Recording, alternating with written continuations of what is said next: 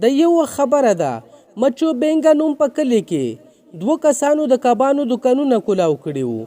د یو نوم میټا و، د به په 600 روپۍ کبان خرڅول. د بل نوم بیټو و، د به په 400 روپۍ کبان خرڅول. خو د میټا والا کبان به بیا هم ډیر خرڅېدل. یار زه خو ډیر زیات خپه شوم چې ته د دې غټ خېټې هغه اسخا مایا نه آلې. عیر میټا د کبان په 400 روپۍ کیلو دی او ته په 600 خرڅوې. زه ولې پاگل یم چې تا نه یې والم؟ ته ډیر زیات کم عقل انسان یې. د میان د څښا اوبو میان دي او زما والا میان د دریابه تازه اوبو میان دي. بیا هم که ته دې نه آلې والم ته به بیمارېږې، زه یې څه کوم؟ میټا وروره دروغ مه وایه، زما کبان هم د دریابونو والا کبان دي. ته زما ګاګ ولې خرابوې؟ یاره زما په خیال د میټا خبره صحیح ده، دغه والا کبان صحیح دي ځکه یې په 600 خرڅوي. ته دې دغه بیکاره کبان ځان سره کېږده، زه یې هلته نه الم. بیا دا کس بیټو نه لاړ شي میټا ته ورشي، میټا نه 2 کیلو کبان والي او بیټو ډیر زیات خپه شي په دې کې چې میټا بالکل هر وخت زما ګاګ خرابوي. هلکه رهو کبان شته تا سره؟ زه نن هغه الم. ای کاکا دا ته څنګه خبرې کوې؟ تا ته پته ده چې رهو کبان څونه قیمتي دي؟ او ما ته پته ده ځکه خو راغلی یم. تا سره شته دي رهو کبان؟ نه نه کاکا ما سره رهو کبان نشته، خو زه سبا تا له خامخا راغوښتی شم. سمه ده بیا سبا ما ته 10 کیلو رهو کبان راوغواړه او د پیسو فکر مه کوه، زه به تا له ډېرې ښې پیسې درکم. ډېره مننه کاکا، ته بالکل خفه نه شې. سبا راشه او خپل کبان ځان سره یوسه. دې نه وروسته دغه سیټ دلته نه لاړ شي او بیټو هم خپل کبان ځان سره واخلي او دلته نه لاړ شي. پته نشته دې غټ خېټې هغه سیټ څنګه راضي کړلو. دریاب کې خو رهو کبان شته نه دي، خدای ورته چېرته نه راغواړي. میټا د دې بندوبست وکړه، پته ولګوه چې چېرته نه یې راغواړي. بل خواته بیټو چې کله کور ته لاړ شي نو بیا یو غټ بپاري ته ټلیفون وکړي چې ماښام زما کور ته یو 10 کیلو رهو کبان راوغواړه، او چې کله ماښام شي نو د ده کور ته دغه کبان دا سړی راوړي. ښه د کلي بل بپاري نه دغه کبان راوغوښتل. دا غټ خېټه خو ډېر زیات هوښیار وختو. که دی دغه کبان دې سیټ ته ورکړي نو په کلي کې خو به دا ډېر زیات مشهور شي. داسې خو به بیا خلک زما دوکانداري پرېږدوي. نه میټا داسې د ده دپاره څه بندوبست وکړه، زه به ده سره داسې دوکه وکړم چې دی به بیا یاد ساتي. بیا دې نه وروسته میټا دلته نه لاړ شي او بیټو دغه کبان راواخلي کور ته یې دننه کړي او یو سیټ ته یې کېږدوي. خو چې کله شپه شي نو میټا هم یو 10 کیلو خپل کبان راواخلي چې کله کور نه وځي. ای میټې په دې ټیم کې دا کبان چېرته وړې؟ صفا ووایه کومه مور دې ده چې دا کبان وروړې؟ ای ښځې شک مه کوه، دغه د 3000 کبانو په بدله کې د 100,000 والا کبان راوړم. څه مطلب دی ستا؟ میټا تا ته څوک د دې 3000 کبانو په ځای د 100,000 کبان درکوي؟ ای ښځې چک چک بک بک په کولو باندې زما ټایم مه خرابوه چې واپس راشم هر څه درته وایم. دا ووایي میټا دلته نه لاړ شي او بیا د بیټو کور ته راورسیږي. په دې ټیم کې بیټو او د ده ښځه دلته ویده وي او میټا دننه لاړ شي خپل کبان د هغې کبانو سره کېدوي او د ده والا کبان دلته نه اوچت کړي او واپس کور ته راورسیږي.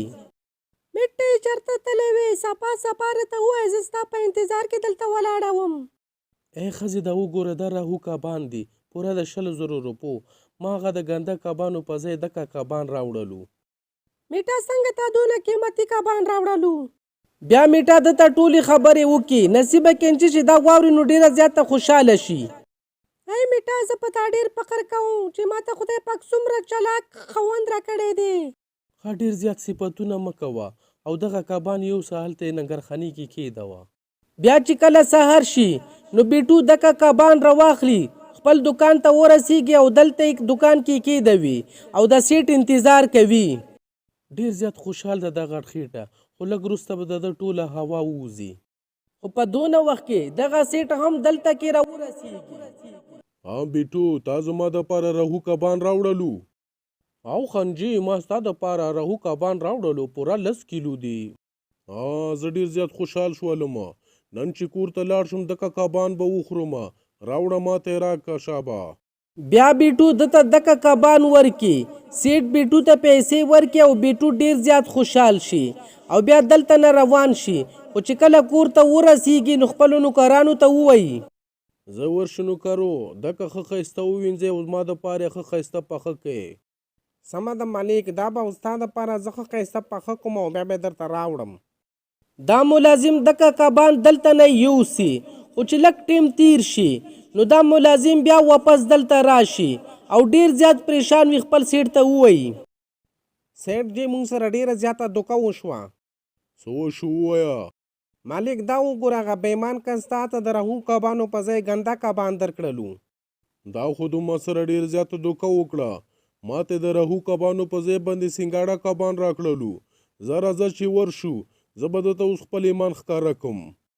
دی ټول دلته نه وځي او بیا د بیټو دکان ته ورسیږي. ای بېمان سړیه، تا ما سره دوکه وکړه. ما ته د رهو په ځای دې بیا هغه ګنده کبان راکړلو. خانجي دا ته څنګه خبرې کوې؟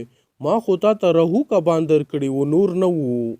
نو زه تا ته ولې دروغ وایم؟ دا وګوره دا کوم کبان دي.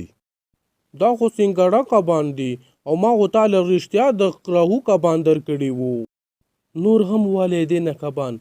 ما تاسو ته مخکې هم ویلي دا ډېر بېمانه کس ته دې سره دکه کبان نشته. رهو کبان خو داسې وي لکه چې ما سره دي. بیټو چې کله میټا سره دکه کبان وویني نو ډېر زیات حیران شي. دا خو زما کبان دي، دا خو ما پرون مخام راغوښتي وو. څه مطلب دی ستا؟ ولې ما ستا کبان پټ کړي دي؟ میټا وروره زما د خبرې دکه مطلب نه ده.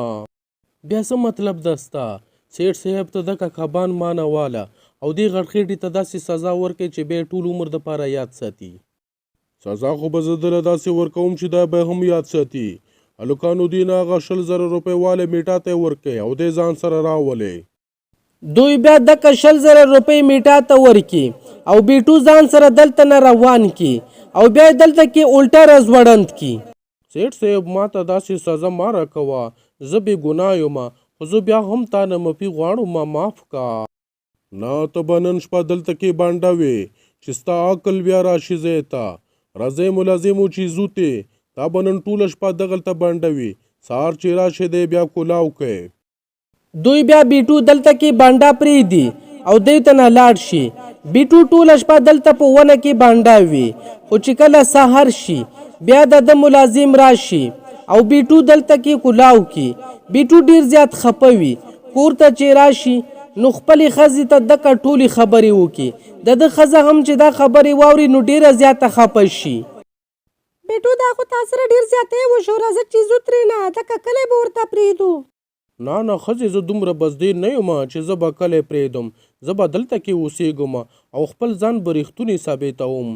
زه به په دې کلي کې ځان ته په دې کور کې د رهو کبانو یو غټ تالاب جوړوم. بیټو رهو کبان خو په دریاب کې پاتې کېږي، هغه د کور په اوبو کې ژوندي نشي پاتې کېدی. ای ښځې، زه به په کور کې یو تالاب جوړ کړم، بیا ته او زه دواړه به لاړ شو دریاب نه به ورته اوبه راوړو او بیا به په هغې کې کبان وکړو. سمه ده بیټو، زه تا سره ولاړه یم. بیا په بله ورځ ته بیټو په خپل کور کې یو لوی تالاب جوړول شروع کی.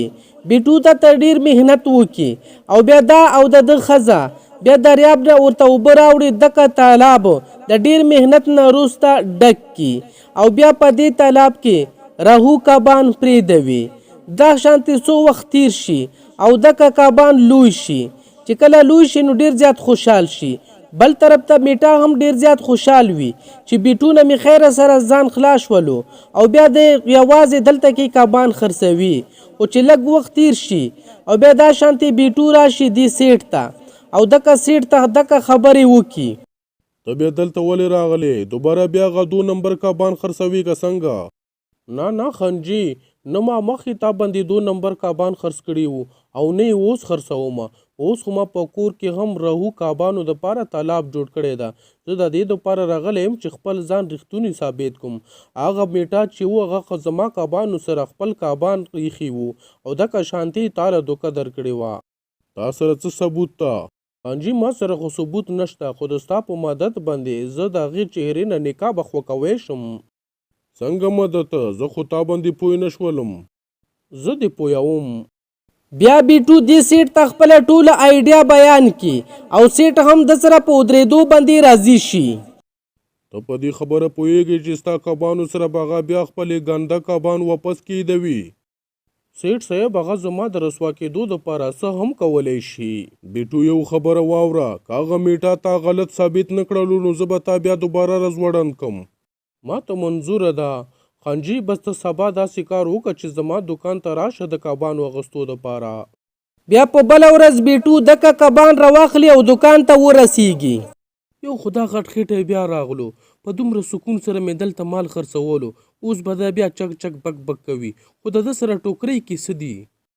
په دونه وخت کې دکه سیټ بیا دوباره راشي دته د کبانو اغوستو دپاره. بیټو زما رهو کبان دې راوړي دي؟ او خنجي ما ستا دپاره رهو کبان راوړي دي، دکه دي. سمه ده، دا زه کور ته وړم هلته ایږدم او ماښام به بیا پاخه کم. یار دا خو ټول کال خراب شولو، دې سیټ دې نه دوباره دکه کبان ولې راغوښتلو؟ میټا خدا به دکه کبان ماښام پخوي، ماښام پخېدو نه وړاندې د ده کبانو بدلول به وي. داسې به بیا دکه سیټ دا کس د دې بیا دکه سیټ کبان واخلي او دلته نه لاړ شي او دې نه وروسته میټا هم دلته نه لاړ شي. بیا میټا دک رسیده لاړ شي د سیټ کور ته او چې وګوري سیټ هم دلته کې دکه ټوکرې ایښودې وي د ده دپاره. شکر ده دا ټوکرې خو دلته کې ایښودې ده، دا ډېره ښه موقع ده، زر زر دکه کبان ورسره بدلوم. سیټ او د ده نوکران دته ګوري. میټا چې کله دکه کبان دلته دې سره بدل کی نو چې څنګه ځي په دې وخت کې سیټ ورته راشي. ها دا ستا کار ده، په هغه شپه به دې هم د بیټو والا کبان تا بدل کړي وو. سیټ صاحب داسې څه خبره نشته، تا ته کومه غلطي شوې ده.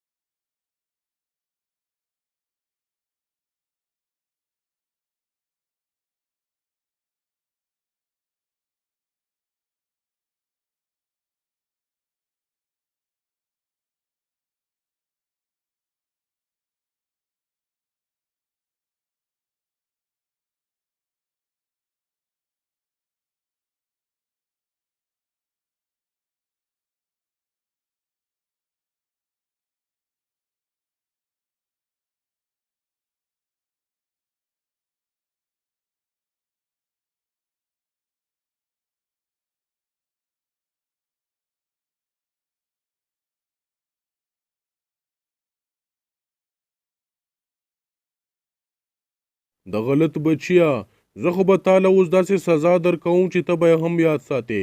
شابه دې دلته رزوړند کې. دوی بیا میټا دلته کې رزوړند کې او په دې وخت کې بیټو هم دلته راشي. بیټو ستا خبره صحیح وه، دې د ستا کبان بدل کړي وو، دې وجې نه دا ما دلته الټه رزوړند کړلو. بیټو ما بچ که زه به بیا داسې نه کوم. میټا ستا د وجې نه زه ټوله شپه دلته کې الټه زوړندوم، اوس هم ته دلته کې الټه زوړند شوخې مزې واله دی نه. پښتو کې متل دی چې څه کارې خبرې بې د بدو کارونو د بد انجام هم وي. که زمونږ ویډیو ستاسو خوښه وي ویډیو لایک کړئ او چینل سبسکرایب کړئ او موږ ته کومنټ کې ووایئ چې زمونږ ویډیو څنګه وه. مننه.